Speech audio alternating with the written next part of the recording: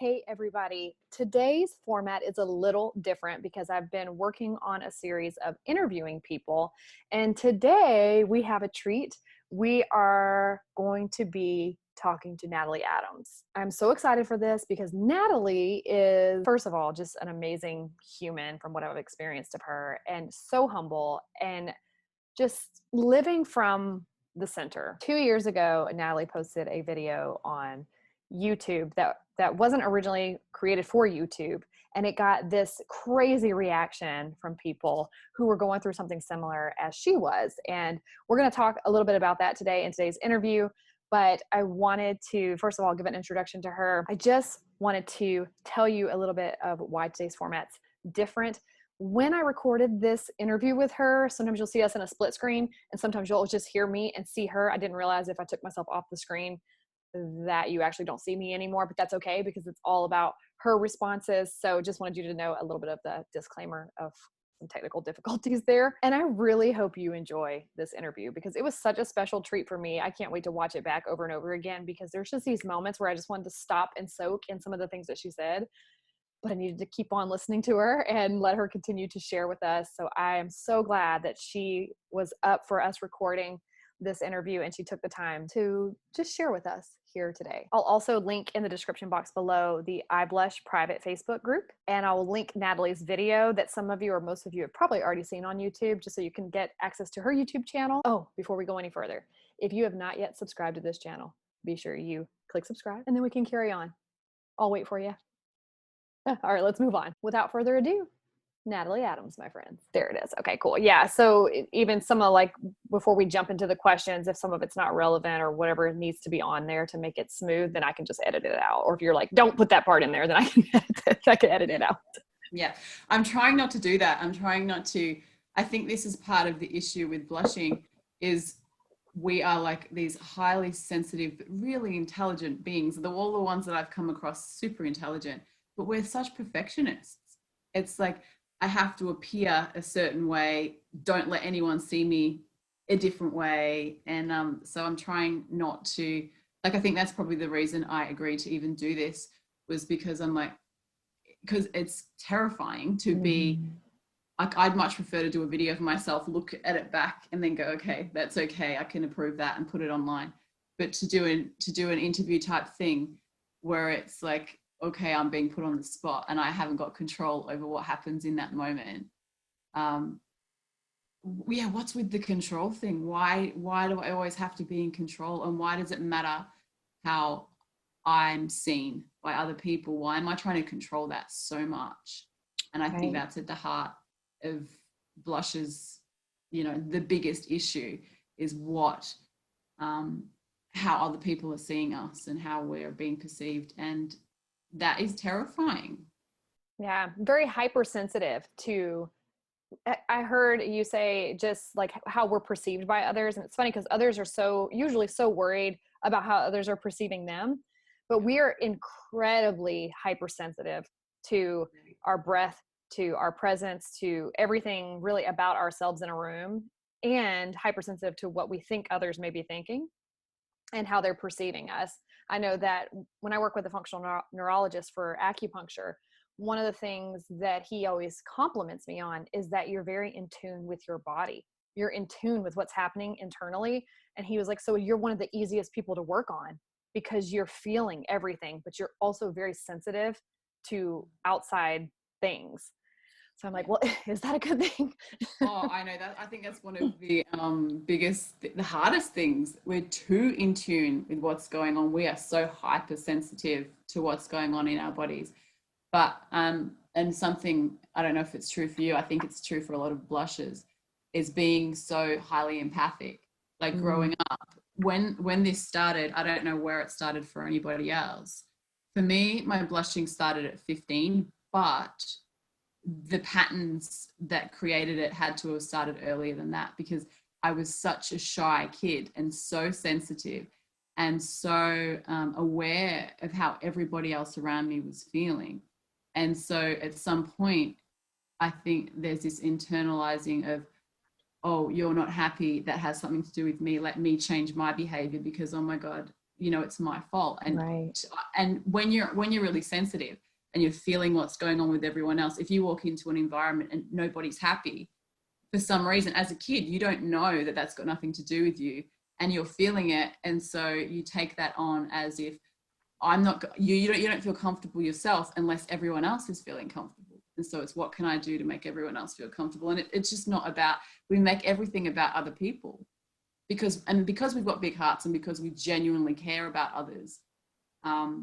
It becomes a really tough thing because you can't manage how anyone else is feeling, but at some level we've taken that on.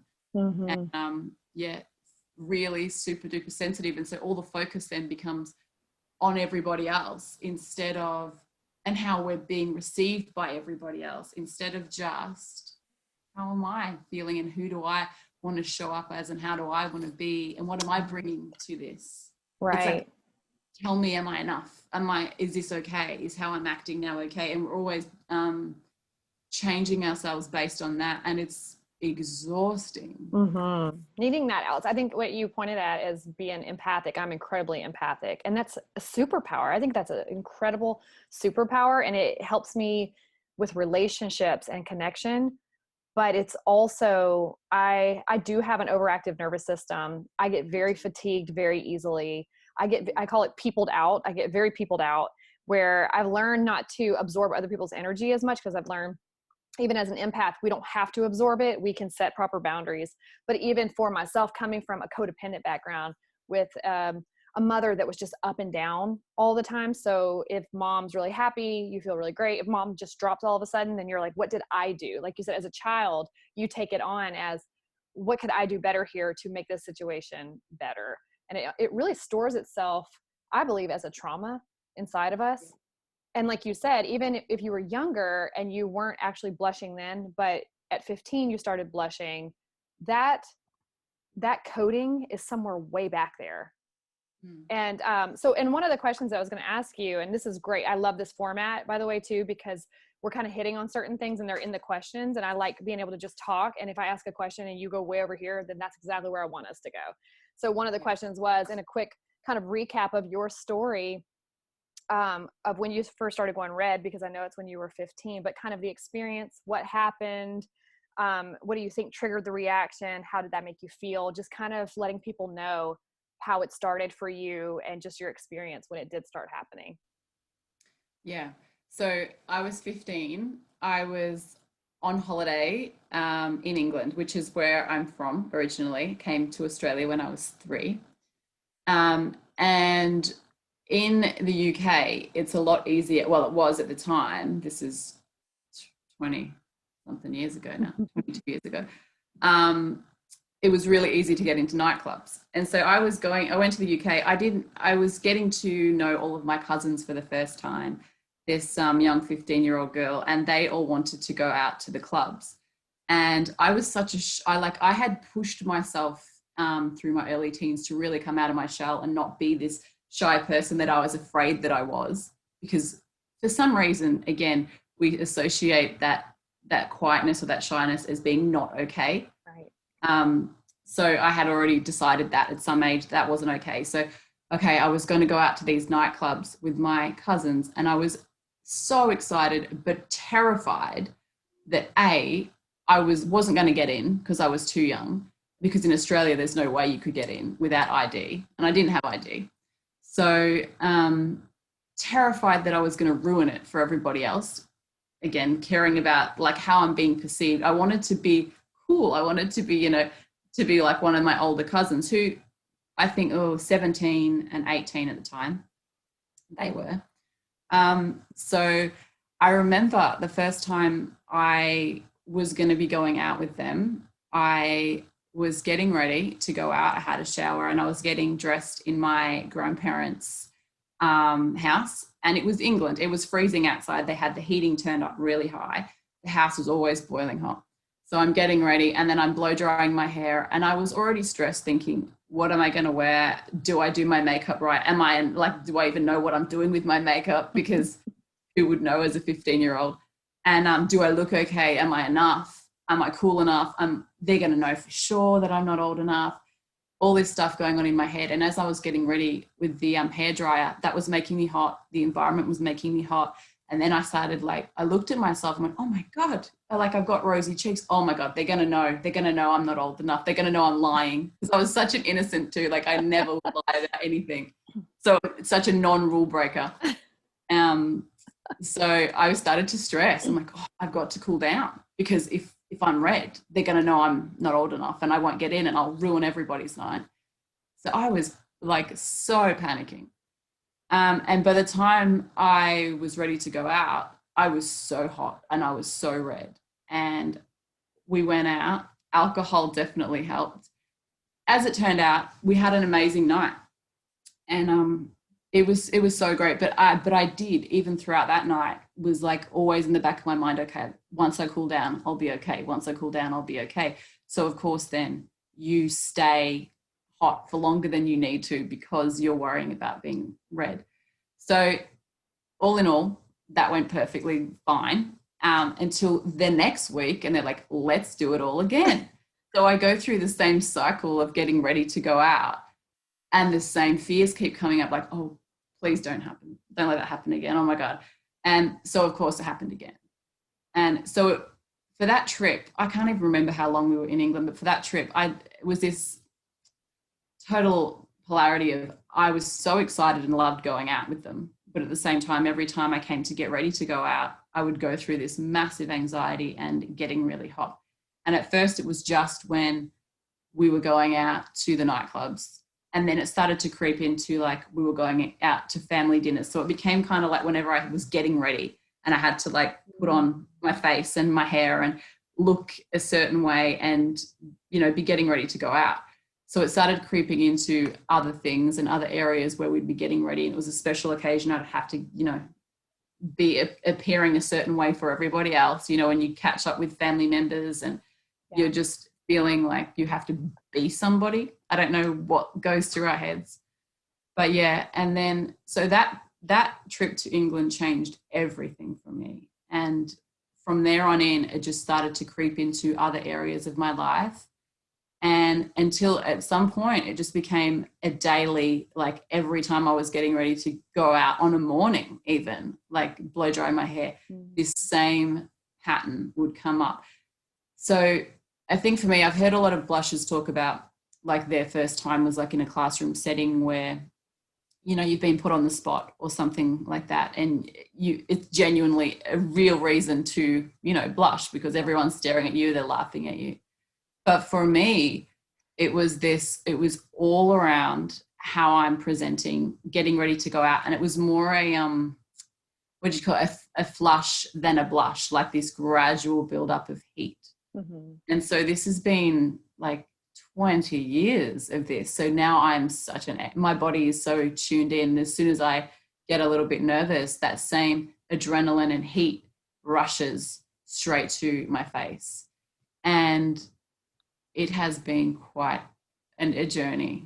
But the best thing about it sent me inwards, because there was no faking anything in my entire life. I couldn't just pretend that I wasn't feeling something when I was. So it unlike most people, and I think every single human suffers with anxiety to some degree, but everyone hides it just better than we can. And so we're kind of I don't have a choice in that. I have to deal with myself and deal with what's going on under all of that, Yeah, absolutely. I think too, the thing for anxiety is you have people who sweat. You have people who will turn literally shiver on the inside. You can't see it. And the thing for, especially if your body has it coated in there, which is what I think happened with mine, it's coated in. In this part of my house at this time of day, it gets super warm over here, and I'm drinking coffee. And so even though I don't actually feel nervous or anxious right now, because you're the one on the spot, not me, but I will still begin to get hot. And as soon as my body, I think, feels any sort of threat, or anything's perceived in the environment as a threat, whether my brain is in tune with it or not, my body remembers and signals this, there goes, trigger the stress hormone, and it shows in our body because of the the dilation of the capillaries under the skin. Oh, so it's one of the most frustrating things for me because obviously heat is one of my biggest triggers because of how it started. So yeah, the sun can, same as you just said, the sun could be coming in the window and I'm like, and I could be in the car driving and I could feel it and I'm like, oh, and that like panic response that goes on in the body. No one would have any idea that this was going on with us. Right. Instant. I wondered if it's similar to people who are very claustrophobic, how they start to psych themselves out when they feel the walls are closing in. If we feel heat on us, like especially in the car, if the sun's coming through one side, I will be flushed of the arm, up my face on one side. The other side won't have it, but it looks like such a bad reaction. It literally looks like an allergic reaction to the sun, which is what I've been told by doctors is truly what it is. It's just not life-threatening, but you are having a histamine reaction inside of your body to whatever's been released out of those chemicals. And honestly, I think that it's so hit or miss in so many different areas. You'll hear it's a histamine reaction. It is social anxiety. It is all these different factors that is almost what seems to be very discouraging about it as well, is because I think if we could just have an answer, just one answer.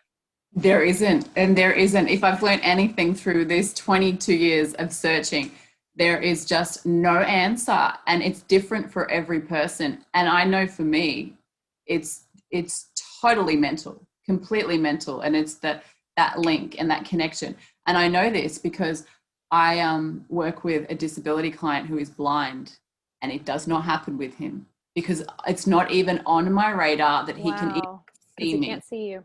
And it's the most relaxed I've ever been. You know, I love it. Like, so it has taught me so much in that it's how we're perceived, and it's that and I think being a shy kid and having built up so much, like how the effort it took me to naturally push myself to come out of my shell, then it really mattered that people knew that I was confident. You've got to know that. And then when I would blush, I would be like, well, that would feel like it was stripping me bare, like, oh, you're going to figure out that I'm not.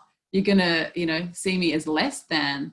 And I think that's what's beneath it for everybody. For every human on the planet, there's the deepest fear is that we're not enough. And we're going to be rejected. And if you figure out that I'm not enough and I'm not this big, powerful superhero, I'm not going to be worthy of your love or your time or whatever, wherever we place ourselves on that spectrum. Right. I think because you made a good point about it's like stripping us bare. When if you think about society and you think about, especially in different workplaces, like for myself, I come from corporate America. You're layering these ideas of who I need you to think I'm this person so that I'll get the raise, so that I'll get promotion. So, and that's been a big thing for me. My functional neurologist is always laughing at me because he says I live two different lives, and I do, because I don't trust corporate at all. And it constantly creates a fight or flight reaction in my body because I don't trust them. It's not a safe environment for me. And I honestly feel like corporate is what created complex post-traumatic stress disorder for me. I didn't really have a lot of PTSD as a kid. There's things there that definitely I could tie in triggers to, but it's really more so I went into the working world when I was 18 and just started climbing the ladder right away and realized that it's their system. And so in my mind, that my truth, my reality is this is their system, and I'm quite a bit of a rebel. So if I'm in their system, not playing by their rules, they'll fire you, and then your livelihood is affected by it. So being in like high level positions, you kind of get to this place where you feel apart from who you are. And so I've always felt like for myself, that's where my constant triggers are coming from, because I don't know what it's like to not be in corporate. And I still have this around family too, a little bit, but not nearly as much. Not nearly as much. I think I noticed that with a lot of people.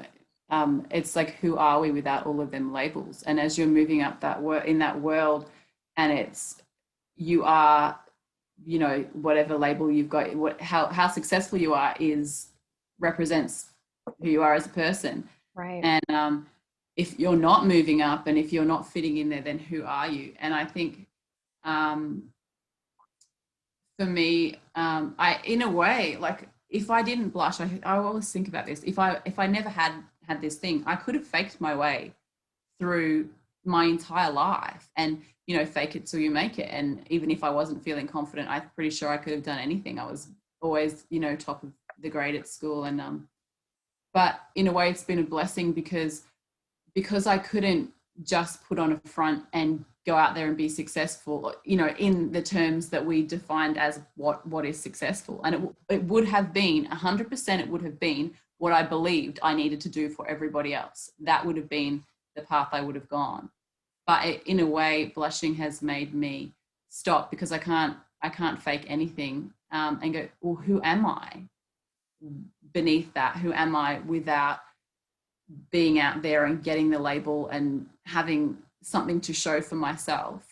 Right. Like, who are we?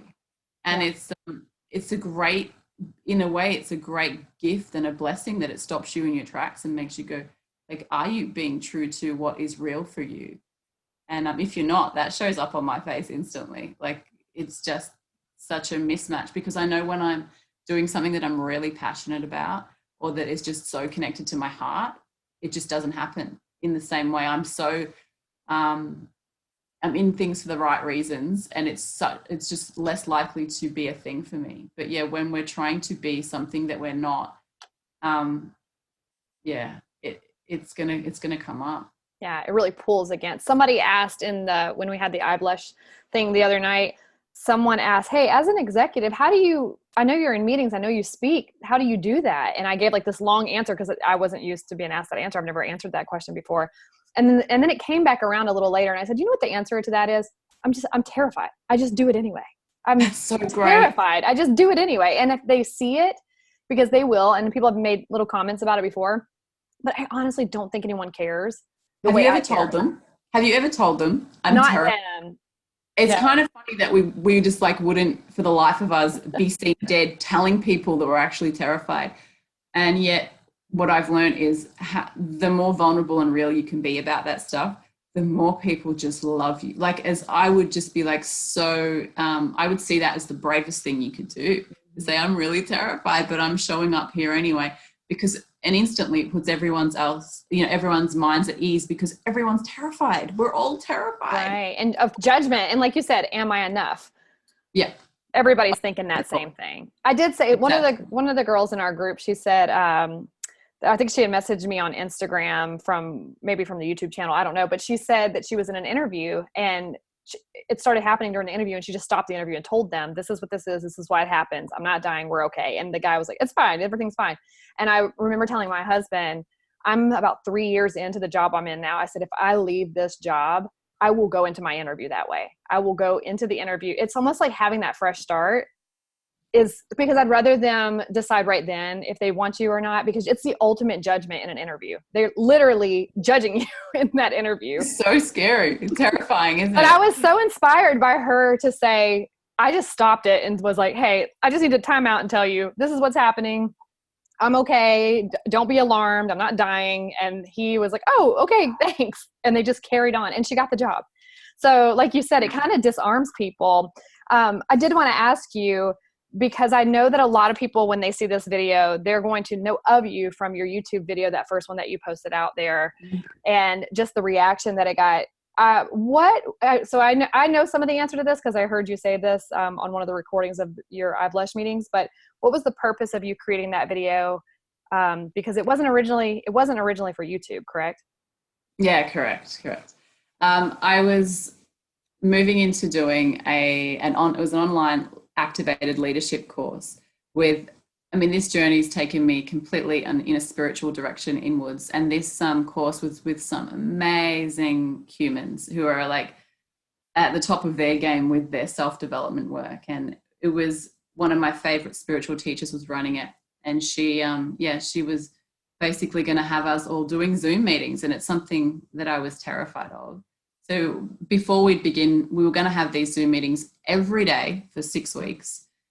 And I was so scared. And it didn't matter that I was like, I'd come so far on my journey, and I knew so much about myself and about this path that we're on. And I'd learned a lot about the mind and how the universe works and all that stuff. But I was still being stopped by this huge fear of what if that happens, if I go bright red. Like, I felt it's the shame around it, that feeling of being an absolute lie that I'm not this person that they think I am. And I can be one way in the Facebook group and, you know, chatting online and be super intelligent and I'll have lots to share. But I was so humiliated by the fact that I knew I was going to go bright red. And I knew that if I hid in the background, it would get worse. So I was like, okay, I'm going to start this group by making this video, because it was the one thing I was terrified to say out loud, to have any of them know, because I was putting them all on pedestals too. And this is the thing we do, put everyone above us and be like, oh my God, if these amazing humans knew this about me, I would just be so ashamed and so mortified. So I made that video for them, and it was just like, all right, we're about to go into this 6-week course, and I can't believe this is still coming up for me, even after everything that I've learned and all the modalities that I've tried and everything that I know now. I still am terrified of this happening. And so I created that video for them, and none of them were blushes, and I knew they wouldn't understand, but I put it out there. And this was just in a private group with these people. And I remember posting it, and I was shaking, and I was so scared of, like, what are they going to think of me? Like what's wrong with this person? What, you know, why is she even in this group? Why does she consider herself a leader when she can't even, you know, deal with this fear? Because these people had been dealing with fears. This is the whole point of the group. We were dealing with some big stuff and opening up in new ways and moving beyond our fears. And I'm like, we were all about moving beyond our fears, but I can't even get past this, and I haven't been able to get past it since I was 15. So I put the video out there, and the response from them was overwhelmingly beautiful. Like I thought they were just going to give me all this advice because they're so wise, but they were just like floored and were like, wow. And then all of a sudden, each of them started saying, oh my God, now we have to start opening up about our deepest fears, the stuff that we've been carrying. And wow, you just set the bar really high, Nat, and thank you so much. And they were like, we were in tears watching this. And so then they all started to make their own videos, coming out with some deep seated fears that they'd had been running their whole lives. Some of it was huge, and started opening up. And that opening created the most amazing space for everyone in that group to share. These people that have probably never told anyone about the certain things that they had going on in their lives, and stuff that they'd been carrying from childhood. And we became so close, and it opened up this space that was the most beautiful thing I've ever been a part of. Wow. And I had no idea that me being vulnerable and putting that out there was going to create that space. And I realized in that moment the power of doing that, like just outing your deepest fear, the one thing that you don't want anyone else to know about you, is the one thing that might save other people, you know, from having to do their thing alone as well. But then even after I posted that in that group, I realized I was terrified still to put that same video on my own personal Facebook page. And I was like, oh my God, if in my mind, I'm going, if that person knew, if that person knew, if that person knew, oh, like I was shit scared for anyone to see it. I'm like, okay, now I know I have to do that, because I'm so sick of hiding from this. Now I know I have to put this out there for everyone. And that was the scariest moment, putting it on my own Facebook page. And I was so hot at the time, and I was shaking, and I couldn't even look at my Facebook. Like, I posted it and I had to go, and I like shut my Facebook down for hours. And I said to my mum, can you go look and see if anyone's even looked at it or said anything? And she was like, Natalie, there are hundreds of messages on here. Wow. And I was, you know what that's like when you put something out there that absolutely terrifying, that you've kept hidden for so long, and to be received so well by people that don't suffer with this at all. But like, you realize how everybody is going through the same stuff. We're all terrified of not being enough. We're all terrified of, you know, like, who am I if I'm not proving myself to the world, and if I don't have a good thing, this amazing story to tell you when we meet. And everyone just wants to be themselves, and nobody wants to be any, you know, we all just want to be accepted and enough as we are. And So after getting such a great response on my own Facebook, and funnily enough, I was actually really terrified of men, the men in my life, seeing this video, because I was, and maybe it's the feminist in me that I always felt like I had to appear like this strong, confident woman to men. But it was the men that reached out to me the most, not in a sleazy way, but in a like, started opening up in a way that they were like, we had no idea. And I was like, I thought I always came across as really confident with everybody. But I realized how much more important it was to be real. Wow. And to show that. And so from there, I just thought, you know what, I still didn't know of any other blushes. And I thought, I'm just going to stick it on YouTube just in case somebody comes across this and finds it. And yeah, and then from there, all of a sudden people started messaging me and finding me, and I couldn't believe it. And I couldn't believe there were other blushes out there. And so I started having these one-on-one conversations with some of them. And then I was like, wow, I'm having the same conversation over and over with each of you individually. There was like maybe 6 of us in the beginning. They're like, let's start a Facebook group where we can just have this conversation and you can all meet each other, because they were just such beautiful humans. And I wanted them to all know that they were all going through exactly the same thing. And, you know, individually, our stories were so similar. And so we created I Blush. And I've like never advertised it, never pushed it, never done anything. And still to this day, you know, the drip feed of just every day I get like a new notification saying someone is requesting membership or to join the group. And it's just growing slowly. And yet, like in the beginning, I was very active in that group, and it was such an amazing thing to push myself to do videos and show up there. It felt so connected to everyone. And then as it grew, it became a little like, you know, all these new people would come in, and then we felt like we were kind of repeating ourselves in the group a little bit. And then I felt myself pull away from it. Because again, that same feeling comes up in me of, okay, you've been doing this for how long now? Why hasn't it gone away? Why are you're a fraud. You're saying all this stuff, but it's still, that fear still comes up in you. Right. So it's that shame around, why is this still to this day coming up? And yeah, come to the conclusion that just may never go away.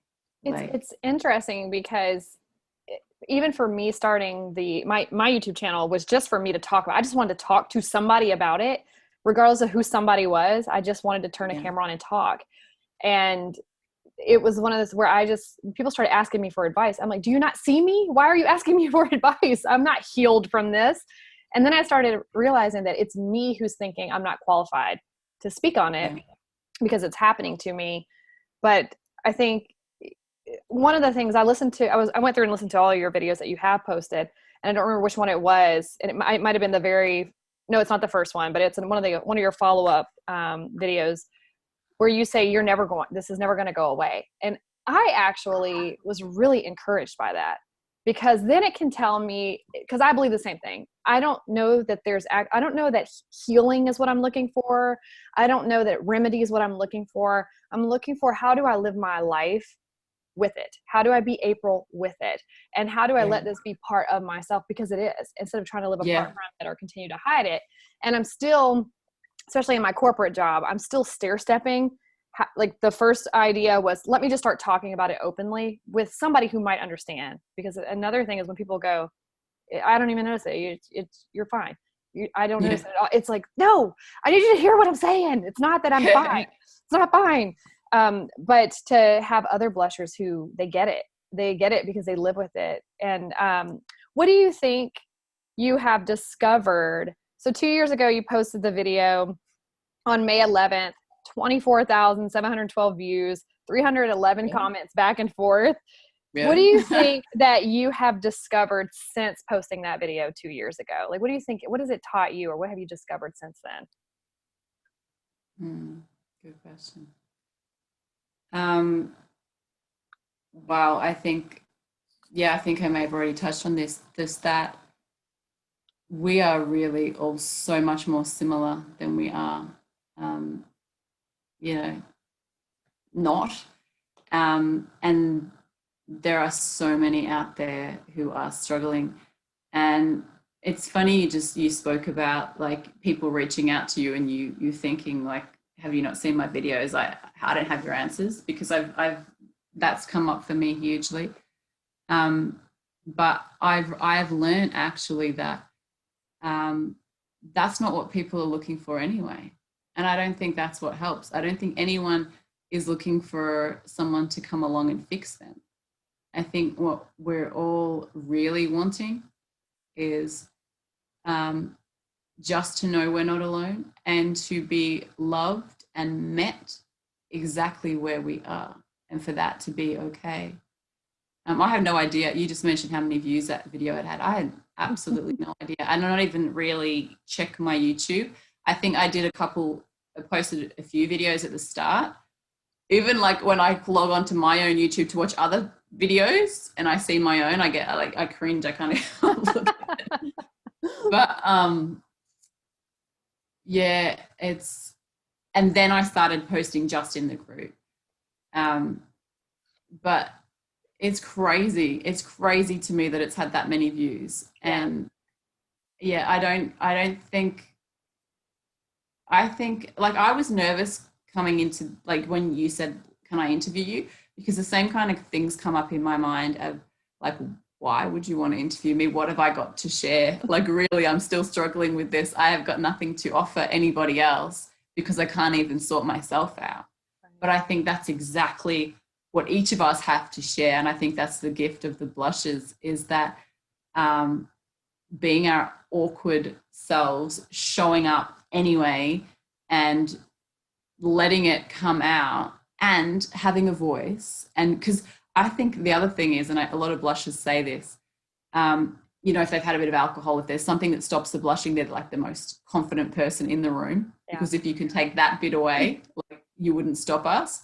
And so I think that's what it's asking. That's what the universe is asking of us, is to be, can you show up anyway and have a voice and bring all of you to the table, even if you don't look the way you want to look, and even if this happens.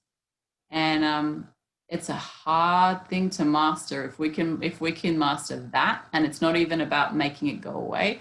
It's not a good day if we don't blush. It's a good day if we blush and we show up anyway, and we're not stopped by the outward appearances, because that's the biggest thing. I was thinking this morning, is it the blushing, is it the going red that I'm most ashamed of, or is it the fact that I'm still terrified of it? And I'm like, I think it's because I'm terrified of it, because like you said, people say, what are you worried about a blush for? It's fine. But it's not that. It's that they don't understand the trauma and the absolute terror that runs through us. And I think that's what I'm most ashamed of, because, yeah, I should be over this by now. Yeah, I shouldn't be afraid of something so ridiculously small. And yet here I am having this bodily reaction that is literally can be terrifying. Right. And it creates a shame. I read something once where we were talking about it creates shame around something you have no control over. So we're shaming ourselves over something because I think we live in a society that kind of beats it into our head, try harder, level up, do better. And then we think, do better, do better, do better. And if we can't get our brain to do it, we can't get our body to follow. Because like for me, I've been through therapy. My mind feels great. But my body is what actually will trigger my brain, because I used to have intrusive thoughts and all kinds of crazy stuff with anxiety. My brain feels I can sort through things and self-regulate, but when my body is reacting in a stress reaction, I'm like, where's the threat? I'm looking for the threat and I can't find it, which is what usually sends people into general anxiety disorder. And it's funny because you said, you know, why would I ask to interview you? But it's so funny because I'm actually inspired.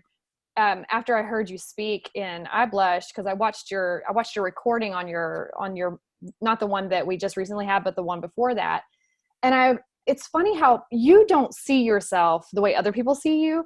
And it is inspiring to me because I'm like, I don't see myself the way other people see me. I think a lot of times that, like for you, any blusher has probably seen your video if they've been on YouTube to look for it. I've seen your video, and I remember connecting to the humility of you and your boldness. And so I think for a lot of blushers, we kind of can view you as a pioneer, because most people were programmed to look for, is it okay? And who's telling us it's okay? We need somebody to teach us, show us. Everybody wants to look up to somebody. And that's something that I struggle with in my workspace. I struggle with in trying to be public and show myself publicly, is because I never want to be put on a pedestal, but I can't control when people do that. But every time they do it, I'm going to let them down. And they're going to hate me. They're going to hate me at the end of the day. It's pressure. I'm going to be terrible. But the reason why I love that your team has like the I Blush community, and then I go over here and I make YouTube videos because I don't really spend a lot of time on Facebook and in that area, but I send people there because some people just want to have constant conversation. So I check my YouTube video comments maybe once or twice a week. But people who just want like immediate reaction and responses, I send them over to iBlush because there's such a great community there. Somebody's going to respond and they can start conversations. But it's funny because it's people who have already stepped into the boldness of publicly speaking out, even though you're still terrified. It gives hope to the others, that it gives them something, not necessarily to look up to you and put you on a pedestal, which some probably will, but it also gives them this opportunity to just look up and say, well, if that person did it, maybe I can do it too. Or look at her. She doesn't look like bad. She doesn't look bad if she's blushing. And, I don't even notice April's situation that much, even though I feel like it's the worst thing ever, but being able to publicly get out and talk about it because nobody's having a conversation. So I think a lot of times with the lack of awareness is that people just automatically assume it's because you're anxious, because you're nervous. It's because of these things. We don't ever get to really tell our story unless we get asked, where we can say, actually, I have an overactive nervous system. Or for some people, I have a histamine reaction, intolerance, or whatever the case may be. So I did see that so this is kind of a two-parter in your vlogs, because I know you have to start kind of shutting down here probably pretty soon. But so on your YouTube channel, you did post some vlogs where you were actually speaking to yourself.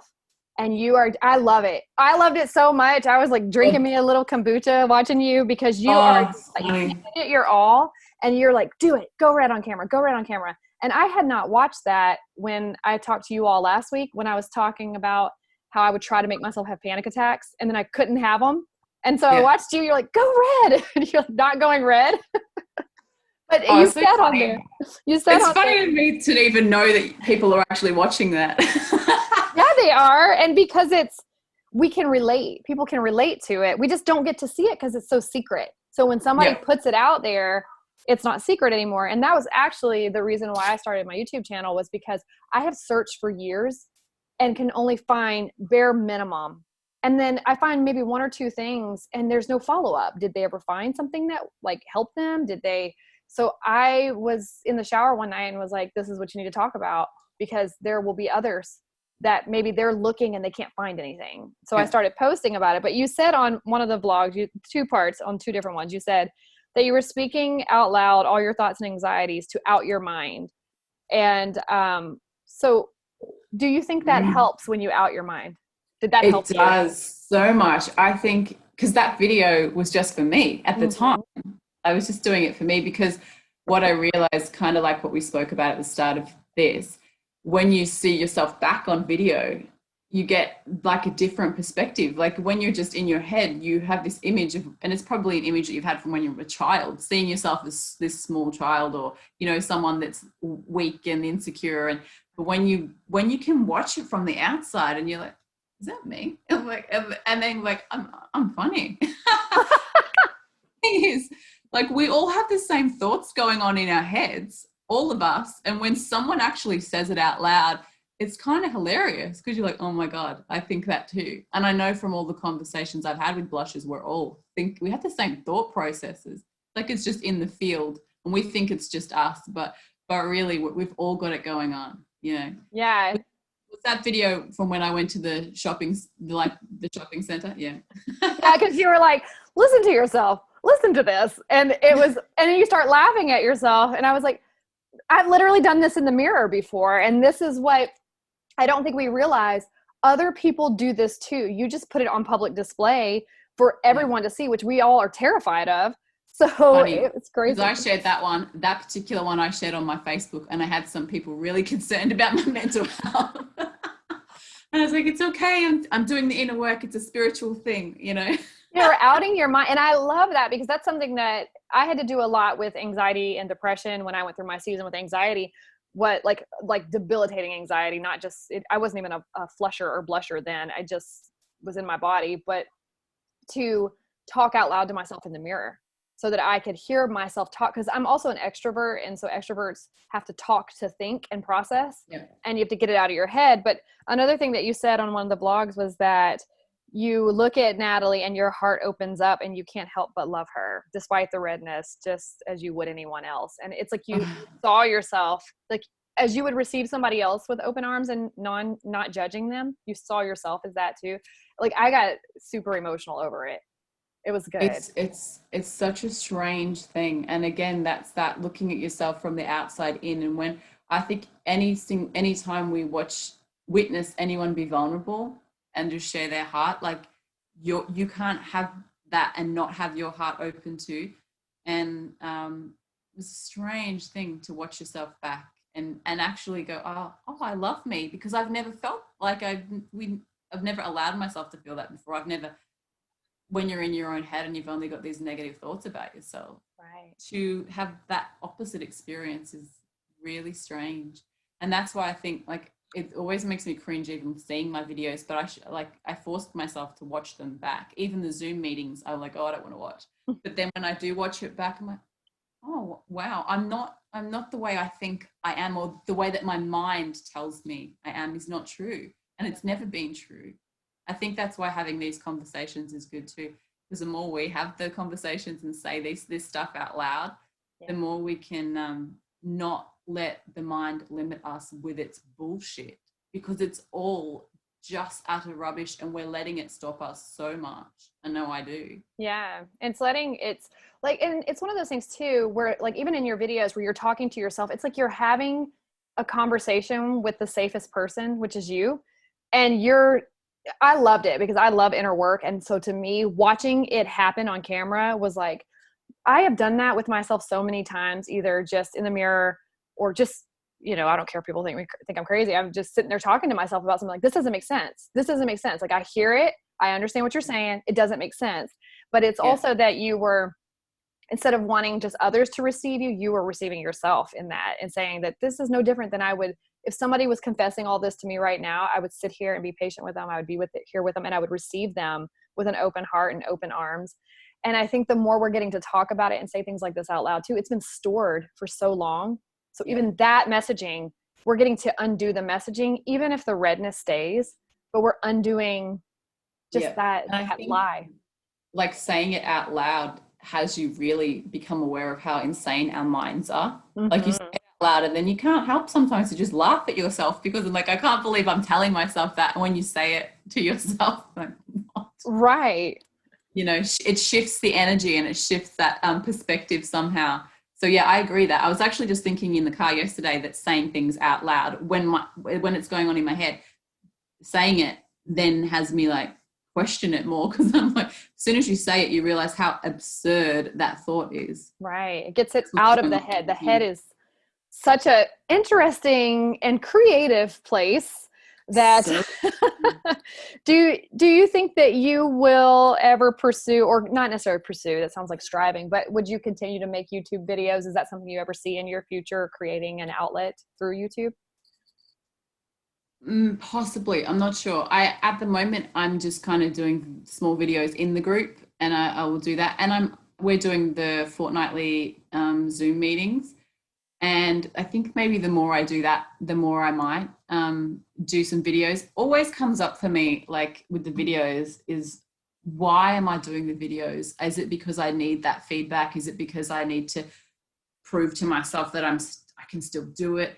So I think if I get to the point where it's just like there's a burning desire for me to share something, or if people want me to talk about something or ask me questions, I'm more likely to do it for other people if they call for it, than for me to be like, okay, I've got to create something to make myself feel like I'm a somebody. Right. It's just being aware of where I'm coming from, but as well, because it's that thought that comes up in me of, well, what do I have to share? Who do I think I am telling people, what to do, or, so, but sharing authentically and sharing my story is probably what I should do more, because, because I think that's most helpful. just to be real and just to share what's going on with me. But then again, then I've got to be really honest about that. And sometimes I'm like, well, nothing much has changed. So why would I make a video? So yeah, it depends. But who knows? I'm so open to what I might be called to do. But again, I have to get through my own fears. And I think the fortnightly Zoom meetings are going to help with that. Doing things like this is going to help with that, because the more we speak to each other, I think the more I realize that we all have so much to share with each other, not to fix anyone, not to like, here is my answer for you, but just to show up and show that we're all the same. And if we can share what thought processes might be helping us, or what we've noticed, or our little epiphanies, then maybe that will be useful to someone. And if I've learned from posting the videos, it's always going to be useful to someone. Absolutely. And think of just how many people don't even tell you. And the thing that's interesting is, when I started making YouTube videos, I am very inconsistent, because if I'm not feeling it, I don't want to do it. I don't want to just turn the camera on and talk for no reason. But the big thing for YouTube is that people want you to continue making that content. And I'm like, I'm not going to do it. So I've had these, like, I'll hit 5 days a week. I'll hit once a week. I'll send a message and say, I didn't ghost you, but I just don't have anything to say right now. But what I've realized too is that sometimes if you just show up, if I have a thought and I'm like, I keep it for myself because I don't think anybody else cares. But then I'll just turn the camera on. It was good practice for me to continue to learn how to speak into a camera, because I would run from it and be like, this woman told me one time, I was talking about my writing and being on camera, and she turned around, and she was a teacher, and she turned and she goes, stop doing that.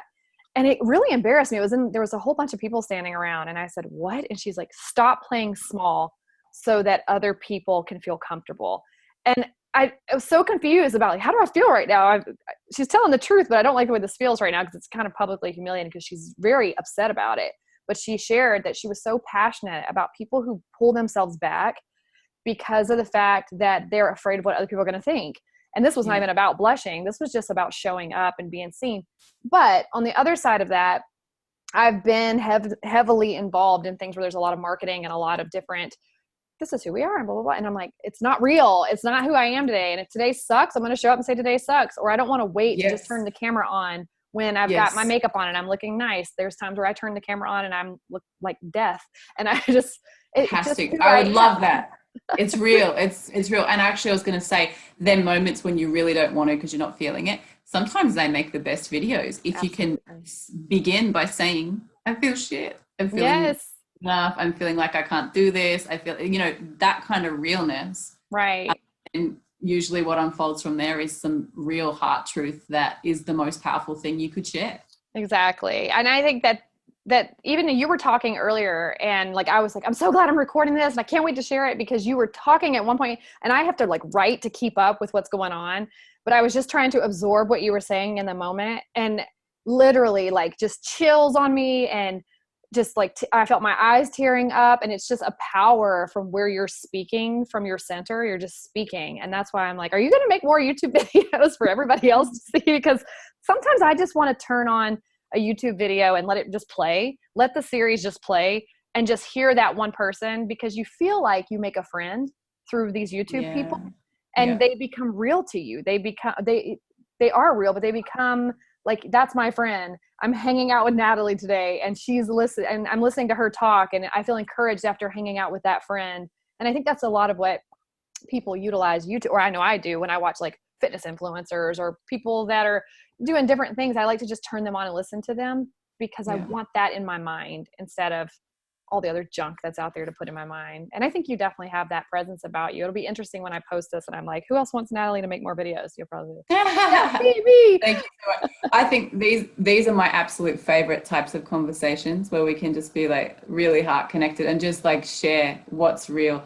And they're not like other Zoom meetings where you've got to get on for work or with other friends and it's all superficial and you go through the motions. But when we can really be that real with each other, it's like it opens up a whole new level. And that's why I love the Zoom meetings where some of the group will share. Like, my heart opens so much, and then I'm just like, you can't not be shifted, and you can't not fall in love with humanity when people are being that real and vulnerable. And that's where I see the gift in it. Like having these kind of conversations, that's what's important. Mental health is so huge right now, and everyone feels like they're on their own. And yet we're all struggling, and then pretending we're not, trying to come across as this big, strong individual, like as if it's a weakness to show anything other than when we're at our best. Like we're terrified of being seen as not like at our best and strong and powerful and confident. And yet when people show up as like fully terrified, scared, bring it all out into the open, that's what moves me the most. Like sharing from the heart is what moves me the most. And you can't not love people when you meet them in that space. It's Absolutely. such a gift. Absolutely. And especially when they're at their most vulnerable, because I remember when I had the really bad anxiety, I was talking to a friend and I was just saying all the things. And she said, "Who told you that?" And it was like, I was trying to identify who told me that, because some people do have a story where it's somebody who told them this, this, this, and this. Yeah. But when I was trying to think of all the things that I was believing and who actually told me that, it kind of pissed me off for a minute, because I was like, why are you asking me a hard question? But then when I thought about it, I was like, it's me. I told myself this. Where did I tell myself that? And where did I pick that up from? And I do think that there's programming around us and we're being encoded to believe certain things based off of certain things. But ultimately, when somebody asks you who told you that, and you really get honest about where is this coming from and why do I believe this? And then you start to kind of, like you said, say it out loud, get that stuff out of your head, and then start saying, I told myself this. Why did I tell myself this? And start working through. And what we're most afraid of, and I know it's all me, all of my stuff is me and my thoughts and what I'm believing, but what we're most afraid of is, what if it's true? What if it's true? What I'm most afraid of, what if that's actually true? And then we don't want to feel what that would be like if that was true. And we spend all our lives covering up that and trying to compensate for a belief that we have about ourselves. The belief has never been true. The belief that you're not enough has never been true, but because we actually on some level believe that, we spend the rest of our life trying to compensate so that nobody else figures out that we're not enough. Ooh, that's so good. And it's really like, are we trying to convince them, or are we trying to convince us? Ourselves. Convince Always ourselves. And we like, if they tell us we're okay, then I can relax and I can know I am. But you can't win from a belief. Bentinho Massaro, one of my favorite teachers, said that you can't win from a belief. If you have a belief, you're always being moved to compensate for the belief. But the belief was never true to begin with. But you've got to be willing to face that fear and go into that feeling that's there. And it's probably been there for the 5-year-old in your heart is probably the one that's feeling it, that we've never actually allowed ourselves to go into it and actually feel that great fear that's there in all of us. And we're all carrying it. But the more we connect with each other and we all share, that's where the healing happens. And I think that's why the group's good, because even though I don't have the answers, just the fact that people bravely share and open up, it's like getting it out there in a space where it's allowed and it's accepted and not made fun of, and we all understand. It's like, that's where the healing happens. Wow, that's amazing. I 100% agree with that. That's one of the videos I made. I think I titled it, "What if we are the answer?" Like, if we're all looking for some answer, we want an answer, we want a pill, we want to know some sort of cream, but what if we're the answer? And it's the community of people that are coming together. And when someone reached out to me and asked me, are you a part of the I Blush private group on Facebook? And I was like, no, I'm not. And it's interesting because I hadn't even looked to see if there was something out there for that. But when I got there and kind of walked through the gates, it's like I'm in heaven, walked through the gate, I'm like, oh my gosh, this is like a world of our people. It's like a candy land of blushers. Yeah. So no one can understand a blusher like a blusher, because no one would have a clue what was going on in our crazy minds. Right. And even being on the meeting last week, and we were all talking about, like, I'm blushing, you're blushing, we're all blushing. And we know if there's anybody we're accepted among, it's this group of people. And yet we were all still having that reaction. And I can't even tell you what that did for me, because it was my first time to ever talk to a group of blushers together live like that. And that was something that I was like, it's still happening to me. So it's telling me it's not just because people don't understand. It's Yeah. just something that's coded in. And it actually is not defeating. It's not discouraging. It lets me know, okay, if we navigate this and it's still happening, it's going to happen. It's going to continue to happen. And I actually feel more inspired by that. But so I know that you probably have to run soon, but thank Yeah, I you have to go to work. so much for taking the time this was incredible. Like, I love it. That's why I'm glad you asked for surprise questions, because they just, Because you know why? At first I thought, yeah, send me the questions so then I can be calm and I can have it all sorted. And then I thought, no, I'm going to sit there for the week prior, trying to come up with the most clever answer. And I've got to, so I feel like I'm enough because I've got all these great answers. And I thought, no, stop thinking, just be yes, in the moment, and wherever it goes, and just be real. I And love so, it. It's honorable too, because someone else that I'm going to be interviewing, I said, I can send you the questions or you can just be surprised. And she said the same thing. She said, I'm terrified of that, so let me be surprised. And I'm like, yeah, this is what I love about people that are joining together, even if you're not a blusher, just people that are willing to just step into that fear. And it's right there, and you actually have an option, and you're like, I'm going to step into the fear anyway. Because I've learned for myself, I've spoken at certain events. I remember this one event that I spoke at.